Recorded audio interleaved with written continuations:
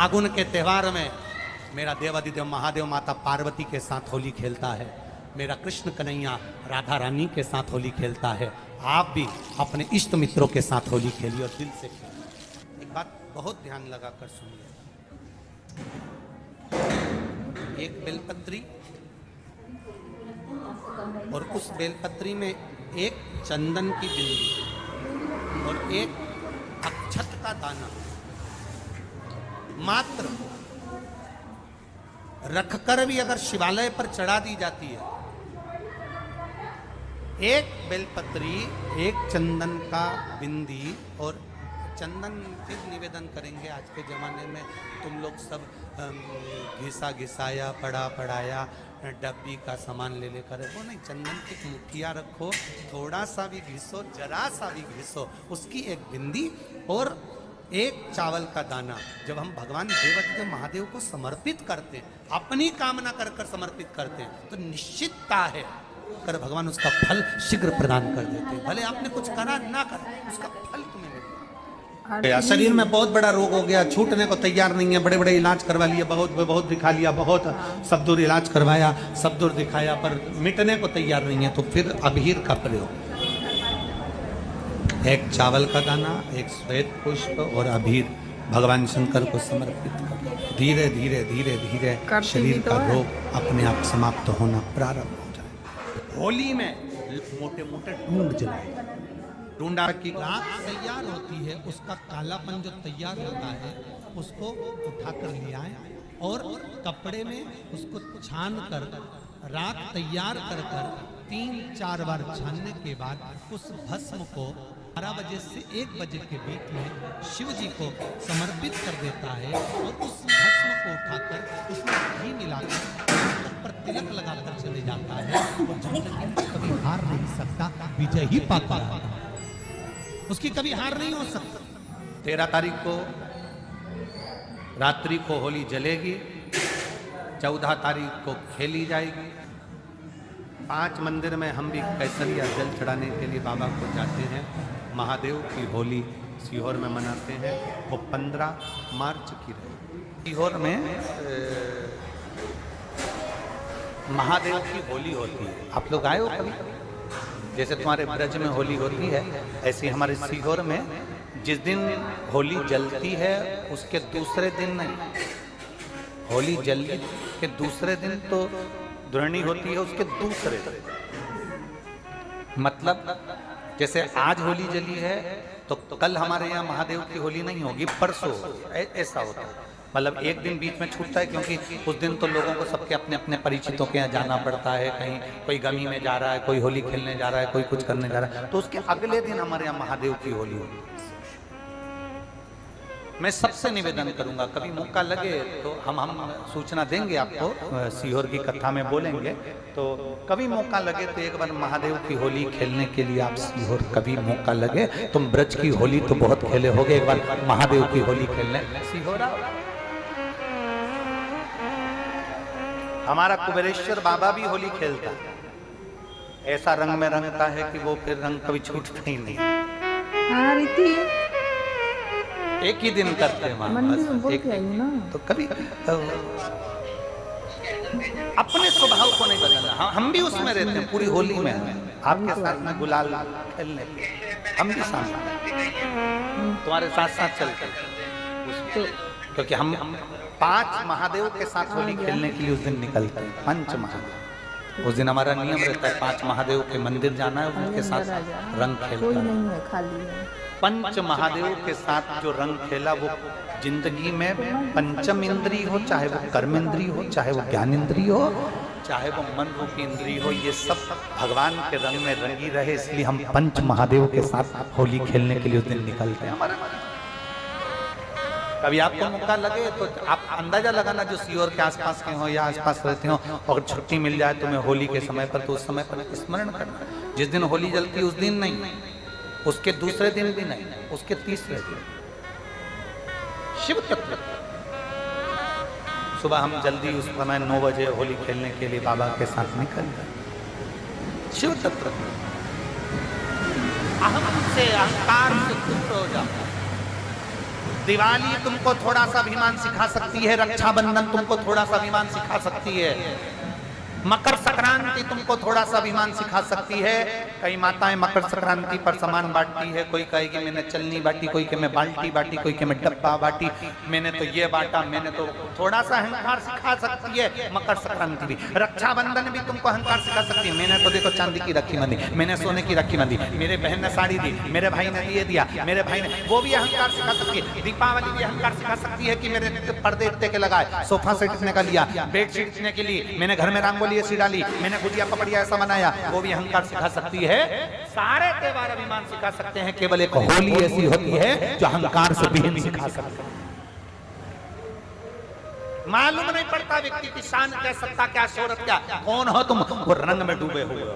बस शिव तत्व वही कहता है, इस महादेव के रंग में एक बार अगर डूब गए तो फिर तुम उस रंग में रंगने के बाद दूसरा रंग तुम पर चढ़ता नहीं है। क्या रही है निवेदन है, अगर किसी को कलर लगा रहे हो, रंग लगा रहे हो, या किसी को रंग में डुबो रहे हो, या किसी को रंग लगा रहे हो, तो हम जिसको रंग लगा रहे हैं इतना विचार जरूर करना कि इसके साथ जिंदगी में हम कभी अपना रंग बदलेंगे नहीं, इसको और गहरा करते चलें। कलर लगाओ, खूब लगाओ, गुलाल लगाओ, खूब लगाओ, पर जिसको रंग लगा रहे हो उसमें एक प्रेम का रंग भी जोड़ो कि हम आखिरी तक ये रंग ना बदले, ये रंग ना बदले। समय बदलता रहेगा, जीवन बदलता रहेगा, पर आज के मनुष्य भी अपना रंग बदल। होली आ रही है, लगी नहीं रिया की होली जैसा है। दिवाली आती है तो लगता ही नहीं कि दिवाली जैसा है, राखी आती तो लगता ही नहीं राखी जैसा है। सारे त्योहार फीके हो गए गुरुजी। हमने कहा त्योहार फीके नहीं हुए, त्योहार का कलर फीका नहीं हुआ, त्योहार का रंग फीका नहीं हुआ है, बस त्योहार वही है, गुलाल वही है, मिठाई वही है, गुजिया पपड़िया वही है, खुरमे चकरी वही है, पपड़िया वही है, गुजिया वही है, इंसान वही है। बस बाजार में से जो रौनक समाप्त नहीं हुई है, रौनक आपके भीतर की समाप्त हो गई। आपके भीतर इतनी ईर्ष्या भराती गई, इतनी ईर्ष्या भराती गई, इतनी ईर्ष्या भराती गई कि वो ईर्ष्या के कारण, उस अहंकार के कारण, उस अहम के कारण तुम एक दूसरे से मिलना पसंद नहीं कर पाते। पहले के लोग कहते थे हमारे यहाँ जब होली होती थी इतने लोग आते थे, मिलने जाते थे, गुलाल लेकर जाते थे। आजकल तो कोई दिखता नहीं है। कारण केवल इतना सा है, तुम्हारा अहंकार, तुम्हारा ईगो, तुम्हारा अभिमान तुम्हें अपने घर से बाहर नहीं निकालता। तुम घर से बाहर नहीं निकलते अपने अहंकार के कारण, अपनी काया के कारण, अपनी अभिमतता के कारण। आप दूसरे से मिलना पसंद नहीं करते। जरा सा कोई ने कलर लगाया तुम्हें क्रोध आ गया, जरा सा किसी ने गुलाल लगाया तुम्हें गुस्सा आ गया, जरा सा कोई आया भाभी जी भैया जी करके गुलाल लगा गया, तुम न न न न न न न न न कहाँ जाओ। इतने वीआईपी हो गए, इतने वीआईपी हो गए, इतने वीआईपी हो गए कि अपने त्योहारों से भी दूर हो गए। मेरा निवेदन है, होली का त्योहार आ रहा है, उस फागुन के त्योहार में मेरा देवाधिदेव महादेव माता पार्वती के साथ होली खेलता है, मेरा कृष्ण कन्हैया राधा रानी के साथ होली खेलता है। आप भी अपने इष्ट मित्रों के साथ होली खेलिए और दिल से। अरे सीहोर में, सीहोर जिले में एक होली होती थी, उस होली का नाम हमने पिछली बार बदल दिया था। कौन सी होली कर दी थी? महादेव की होली। पिछली बार हमारे सीहोर जिले में हमेशा होती आई थी, थोड़ा उसका नाम हमने चेंज कर दिया था, तो महादेव की होली। मेरे सीहोर जिले के रहने वाले सभी रहवासियों से, जिले भर के निवासियों से निवेदन करना चाहूँगा, वो पुरानी होली को बंद कर महादेव की होली नाम दिया गया है। शिव मंदिर में जाना है, चंदन का जल शिव जी को एक लोटा चढ़ाना है। एक बात अपनी जिंदगी में उतार कर रखो, शंकर भगवान को घी का दिया भी लगाओ तो तुम्हारे घर में जो असली घी हो, थोड़ा सा भले एक पत्ती लगाओ, भले इतनी सी बत्ती जलाओ, पर असली घी की जगह। शिव जी को अगर चंदन भी लगा रहे हो तो असली लगाओ। शंकर भगवान को चावल भी चढ़ा रहे हो तो असली चढ़ाओ। शंकर भगवान को अगर अष्टगंध भी चढ़ा रहे हो तो असली चढ़ाओ। केमिकल का कोई चीज मेरे महादेव को मत चढ़ाओ जिससे भगवान शिव की मूर्ति नष्ट हो। ऐसी कोई चीज मेरे महादेव को न चढ़ाओ। अगर शंकर भगवान के साथ आप होली खेल रहे हो तो चंदन का पानी शंकर भगवान को चढ़ाइए, अष्टगंध का जल भगवान शिव को चढ़ाइए। तो करो तैयारी, आ रहा है त्रिपुंड धारी महादेव की होली। बड़े आनंद के साथ मेरा निवेदन, अपने शिवालयों में, शंकर जी के मंदिरों में, सीहोर जिले के प्रत्येक शिव मंदिर के अंदर चंदन का जल 1 लोटा अवश्य चढ़ाएं। महादेव की होली अवश्य मनाएं और भाव के साथ 5 मंदिर हम भी जाएंगे। कोई जुलूस नहीं, कोई क्रम नहीं, बस बाबा को आराम से जल चढ़ाना ही एक नियम है और बाबा को जल चढ़ाएंगे। आप सब बड़े आनंद के साथ महादेव की होली का स्मरण करिए। महादेव की होली के दिन अष्टगंध चढ़ता है, चंदन चढ़ता है, अबीर चढ़ता है, गुलाल चढ़ता है, पर शिव पर रोली कुंकू नहीं चढ़ता। पर लिंगाष्टक के अंतर्गत कुमकुम चंदन लेपित लिंगम, या स्पष्ट किया कि कुंकू चंदन। तो महाराज जी फिर ये चरित्र का वर्णन, कुंकू तो यहाँ लिखा है कि कुंकू चढ़े, तो बहुत ध्यान देना महाराज।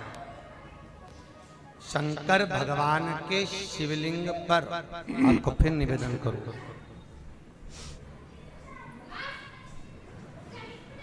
भगवान शंकर का ये शिवलिंग है, ठीक है, ध्यान देना। ये माता पार्वती का स्थान, बीच में शोक सुंदरी, राइट लेफ्ट भगवान के पुत्र, ऊपर 5 कन्या। पूरे शिवलिंग पर आप सब कुछ समर्पित करो, पर कुंकू जब भी शंकर को चढ़ाओगे तो जो पार्वती का स्थान है वहीं पर आप चढ़ाओ, पार्वती का स्थान। क्योंकि माता जगज्जननी जगदम्बा माता पार्वती ने शंकर से जो मांगा है, आपके शरीर पर रक्तांबर ना दे, ठीक है, आपके शरीर पर रक्तांबर, क्योंकि कोई भी पत्नी अपने पति को कभी रक्त में सना हुआ नहीं। महादेव की होली के दिन बेलपत्री की जड़ के नीचे जाकर प्रयास करा करो कि लाल चंदन का जल, लाल चंदन को घिसकर कलश में उस चंदन को डालकर जल भरकर उसको बेलपत्री की जड़ के नीचे सींचन करने का प्रयास करा है कि धीरे धीरे कर कर वो दुख समाप्त होगा, वो दुख हटेगा ही।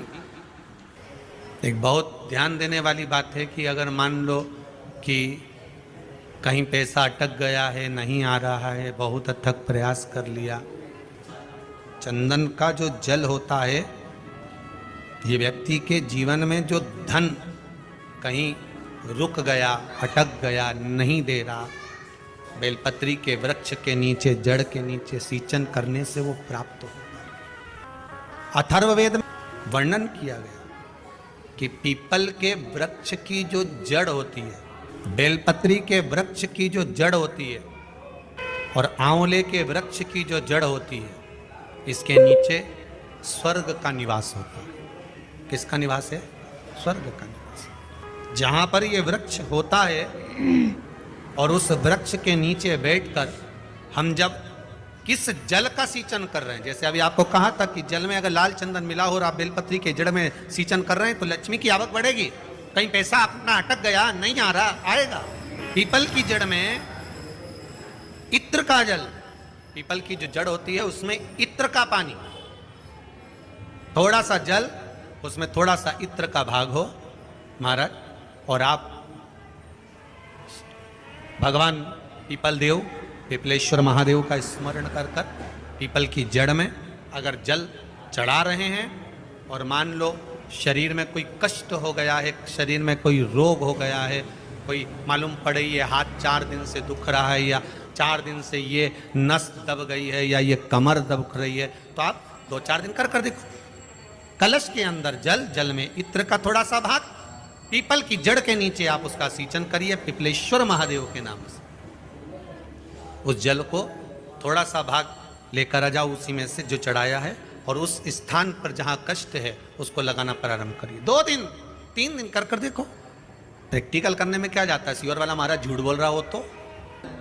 कभी कभी अगर ऐसा लगे जीवन में कि दुख बहुत ज़्यादा आ गया है, बहुत तकलीफ आ गई है, तो लाल चंदन को घिस कर उस लाल चंदन का लेपन भगवान शंकर पर कर कर फिर पानी चढ़ाओ। अगर कोई संकट भारी है और निकट रहा, जैसे किसी नारी का गर्भ नहीं ठहर रहा, 15 साल हो गए, 20 साल हो गए, 25 साल, जैसे इसने लिखा एक माता ने कि 18 साल की बेटी हो गई थी पर संतान में पुत्र नहीं, तो उसने भाव से कथा सुनी। ऐसे आपके भीतर अगर 20 साल हो गए, 25 साल हो गए, 30 साल हो गए, संतान का सुख ही नहीं है, लाल चंदन का लेपन बाबा भोलेनाथ पर करना प्रारंभ करो। पीठिका पर लाल चंदन का लेपन करना प्रारंभ करो। लाल चंदन से बाबा का श्रृंगार करना प्रारंभ करो। एक बेलपत्री पर लाल चंदन, दोनों पत्ती नीचे वाली, जो नीचे की जो 2 पत्ती होती है, इस पे लाल चंदन, और बीच वाली पत्ती पर पीला चंदन लगाकर बाबा के शिवलिंग को समर्पित करिए। बाबा से प्रार्थना करिए, रोज प्रार्थना करो। परंतु एक बात का स्मरण रहे, 25 साल हो गए, 20 साल हो गए, 30 साल हो गए, संतान नहीं, तो पहले जल से अभिषेक कराना, अभिषेक कराकर उस जल का आचमन करने के बाद हाथ को खासा करना, धोना, उसके बाद में फिर वापस बाबा का स्नान कराओ, फिर चंदन का लेपन कराओ, फिर 1 लोटा जल चढ़ाकर बाबा का स्नान कराओ। बाबा का बड़ा सुंदर भाव से लाल चंदन से जो अभिषेक करता है, बाबा को लेपन कर फिर जल चढ़ समर्पित करता है, निश्चित है उसकी गोदी मेरा देवाधिदेव महादेव जरूर बढ़ता है, ये निश्चित। हम तो बेटियों से भी कहते हैं जिसका विवाह नहीं हो रहा, 25 साल, 30 साल, 27 साल, 28 साल, 32 साल, 40 साल हो गए हो, नहीं हो रहा बेटा बेटी का विवाह, उसे लाल चंदन का प्रयोग अशोक सुंदरी वाली जगह पर 7 बिंदी लाल चंदन की लगाकर 7 बेलपत्र 7 बिंदी पर रखिए, और महाराज अपनी कामना कर कर भगवान से आइए, बाबा देगा, करेगा। 3-4 महीने में विवाह पक्का करेगा। ये लाल चंदन की महत्वता है, शुद्धता। रोग बढ़ गया, बेलपत्री के वृक्ष के नीचे दीप लगाना प्रारंभ करो। बाबा से विनती कर कर घी का दिया लगाइए बेलपत्र वृक्ष के नीचे, बाबा से निवेदन करिए, रोग निवारण।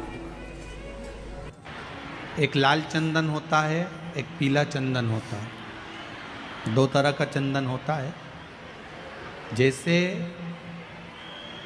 अगर हफ्ते में 1 बार, कितने समय में, जम के बोलो जरा, हफ्ते में 1 बार प्रयास करा करो कि लाल चंदन का पानी हम शिव जी को समर्पित करें। और लाल चंदन का पानी अगर शंकर जी को समर्पित कर रहे हो तो शिव मंदिर में चढ़ाने के बाद में थोड़ा सा पानी बचा हुआ किसी बेलपत्री के वृक्ष के नीचे समर्पित करें। किसी भी बेलपत्र के वृक्ष के नीचे लाल चंदन का पानी थोड़ा समर्पित करें।